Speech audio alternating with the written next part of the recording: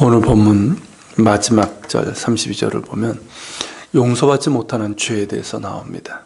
누구든지 말로 인자를 거역하면 사하심을 얻되 누구든지 말로 성령을 거역하면 이 세상과 오는 세상에서도 사하심을 얻지 못하리라. 이 세상에서뿐만 아니라 오는 세상, 우리가 이제 죽어서 이제 다음 세상이겠죠. 그때도 이제 용서받지 못하는 죄를 언급하셨는데, 그렇다면 참으로 두려운 일이 아닐 수가 없습니다. 예수님께서 어떤 것을 이런 죄라고 하신 것일까요? 22절부터 보면 이 사건의 발단이 이제 무엇인지를 알게 되는데, 귀신 들려 눈 멀고 말 못하는 사람을 예수님께서 즉시로 고치신 일로 인해서 모든 사람들이 다 놀라서 이는 다윗의 자손이 아니냐라고 말합니다. 이런 일들은 그냥 일어날 수 있는 일이 아니거든요. 그렇게 놀라서 이분이 바로 다윗의 자손 메시아인 것이 아닌가, 그렇게 이제 놀라면서 말하는 중이었습니다. 그런데 이 말을 듣던 바리새인들은 무리들의 말을 뒤집고 예수님을 비난합니다. 귀신의 왕 바알세불을 힘입고 귀신을 쫓아내는 것이다 라고 말이죠. 이 바알세불은 파리대왕 혹은 오물대왕이라는 뜻인데, 당시에 사탄을 가리키는 속어입니다. 그러니까 엄청난 비난이고 모욕이죠. 그런데 이들은 왜 이렇게 악의에 가득 찬 말로 예수님을 비난한 것일까요? 만일 귀신의 왕 사탄을 힘입고 한 것이 아니라면 이 일은 하나님의 능력과 영으로 이루어진 일인 것이 분명합니다. 그들이 그것을 인정한다면 예수님은 성경에 예언된 메시아, 이스라엘의 왕이시고, 따라서 그분이 하시는 모든 일들과 가르침들을 하나님에게서 온 것으로 인정해야 합니다. 그런데 바리새인들이 볼 때 예수님의 가르침은 자신들의 가르침과 달랐고, 구전율법, 그러니까 조상들, 그 랍비들이 얘기한 그런 이제 성경 해석을 성문율법인 이 성경보다 더 높이는 그들의 전통과 가르침을 반대하는 것으로 보였고요. 그리고 예수님이 선포하는 하나님의 나라의 방향도 자신들이 기대하는 방향, 즉 이방 민족을 몰아내고 무력으로 몰아내고 이스라엘 나라를 회복시킬 그런 방향과는 달랐습니다. 그러기에 그들은 예수님을 다윗의 자손 곧 메시아로 인정할 수가 없었습니다. 그러기에 그 놀라운 이적을 보고도 그것을 사탄에게서 나온 것이라고 악의적인 선동을 한 것이고, 이때 만약 사람들이 그 선동에 따라서 예수님을 배척하고 대적한다면 그들의 의도는 성공할 수 있는 것이죠.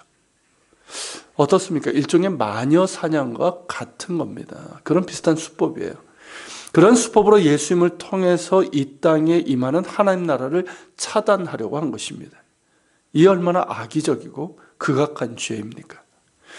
이에 대해서 예수님께서 어떻게 대응하십니까? 예수님의 대답을 보면 예수님께서 행하신 이적보다 더 경이롭고 지혜롭습니다. 예수님의 말씀은 만일 자신이 바알세불을 힘입어 귀신을 쫓아내면 그것은 스스로 분쟁하는 것이고, 그렇게 해서 어떻게 사탄의 왕국이 서겠느냐는 것입니다. 쉽게 말하면 사탄이 예수님에게 귀신을 쫓아내는 능력을 주었다면 그것은 사탄이 자기의 왕국을 스스로 무너뜨리는 것이 된다는 것입니다. 사탄은 어떻게든 더 많은 사람들을 장악하려고 하지 않습니까? 그런데 예수님에게 사람들을 귀신에게서 자유롭게 하는 능력까지 주었다고 하면 그 자체가 모순인 거예요. 그리고 사탄의 나라는 스스로 분쟁하며 망하는 꼴이 되는 겁니다. 이렇게 말씀하셨는데 참 지혜로우시고 사실이지만 기가 막힌 내용이죠. 더불어 예수님께서는 너희 아들들은 누구를 힘입어 쫓아내느냐라고 하시는데, 너희 아들들이란 뭐냐면 당시에 있던 퇴마사들을 말합니다. 바리새인들 중에 소수의 퇴마사들이 있었는데 그들이 귀신 들린 사람들에게서 귀신을 쫓아낼 때는 지금도 그래요. 목회자나 이런 은사가 있는 분들이 쫓아낼 때는 이게 엄청나게 위험하고 어려운 일이기 때문에 철저하게 하나님 앞에 성결해야 되고 충분하고도 간절하고도 겸손한 기도가 따라야만 했습니다. 그들의 주장대로라면 그들의 퇴마사들도 뭡니까? 바알세불을 힘입어 하는 것이라는 말밖에 되지 않는 거거든요. 그렇게 얘기한다면 그들은 뭐라고 할까요? 당연히 아니라고 하겠죠. 이어서 예수님께서는 당신께서 성령을 힘입어 귀신을 쫓아내는 것이며 그것은 하나님의 나라가 이미 임한 것임을 말씀하셨습니다. 29절에서 비유를 언급하신 강한 자를 결박한 후에야 그 강한 자의 집에 들어가 그 세간을 강탈할 수 있다는 말씀은 예수님께서 광야에서 받으셨던 사탄의 유혹에 승리하신 것을 우리가 연상할 수가 있습니다. 자, 사탄은 예수님께서 이 땅에 오신 이유를 알고 있었고, 그렇기 때문에 예수님의 탄생 때부터 어땠습니까? 결사적으로 방해를 했죠. 헤롯을 통해서 방해를 했고, 공생의 초기에도 유혹을 통해서 그 길을 막으려고 했습니다. 그러나 예수님께서는 하나님의 말씀으로 그 유혹을 다 물리치고 승리하셨습니다. 이는 강한 자를 결박하신 것과 같습니다. 그렇게 계속해서 사탄에게 사로잡혀 있거나 사단의 권세에 묶여 있는 자들을 자유롭게 하셨습니다. 예수님을 통해서 자유를 얻은 사람들은 한결같이 그 죄까지도 사함을 받았고 구원의 감격으로 인해서 하나님을 찬양했습니다. 이는 분명 하나님의 성령이 예수님과 함께 하시는 명백한 증거입니다. 그런데 그것을 직접 목도하고도 이러한 일들은 귀신의 왕 바알세불을 힘입어한 것이라고 하면서 악의적인 비난을 하는 것은 단순한 비난이 아니라 하나님의 일하심을 사탄의 일이라고 비난하는 것과 다를 바가 없고 또 하나님의 성령을 모독하고 방해하는 죄입니다. 그렇다면 그것은 그들 스스로 용서의 길을 차단하는 것이 되고 맙니다. 지금 예수님을 통해서 하나님 나라가 이 땅에 임하고 죄인들을 어둠의 세력 가운데서 구원하시는 놀라운 일이 일어나고 있는데 이들은 그러한 하나님의 구원을 사탄의 것이라고 하면서 스스로 용서의 길을 차단하고 만 겁니다. 참으로 두려운 일이죠. 그렇다면 이 말씀이 오늘날에는 어떨까요? 만약 불신자라고 한다면 예수님에 대해서 무관심하거나 혹은 악의적인 비난을 할 수 있을 것입니다. 그럴지라도 그가 회개하고 돌이키면 그는 구원받을 수 있습니다.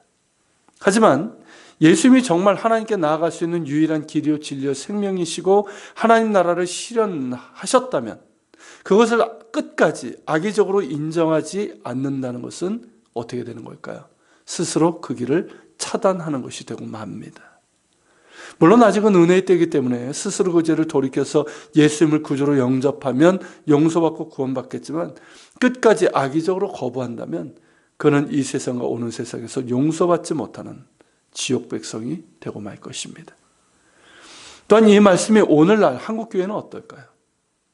전혀 해당되지 않는다고 할 수 있을까요? 두렵고 안타깝게도 그렇다고 하기 어려운 것이 사실입니다.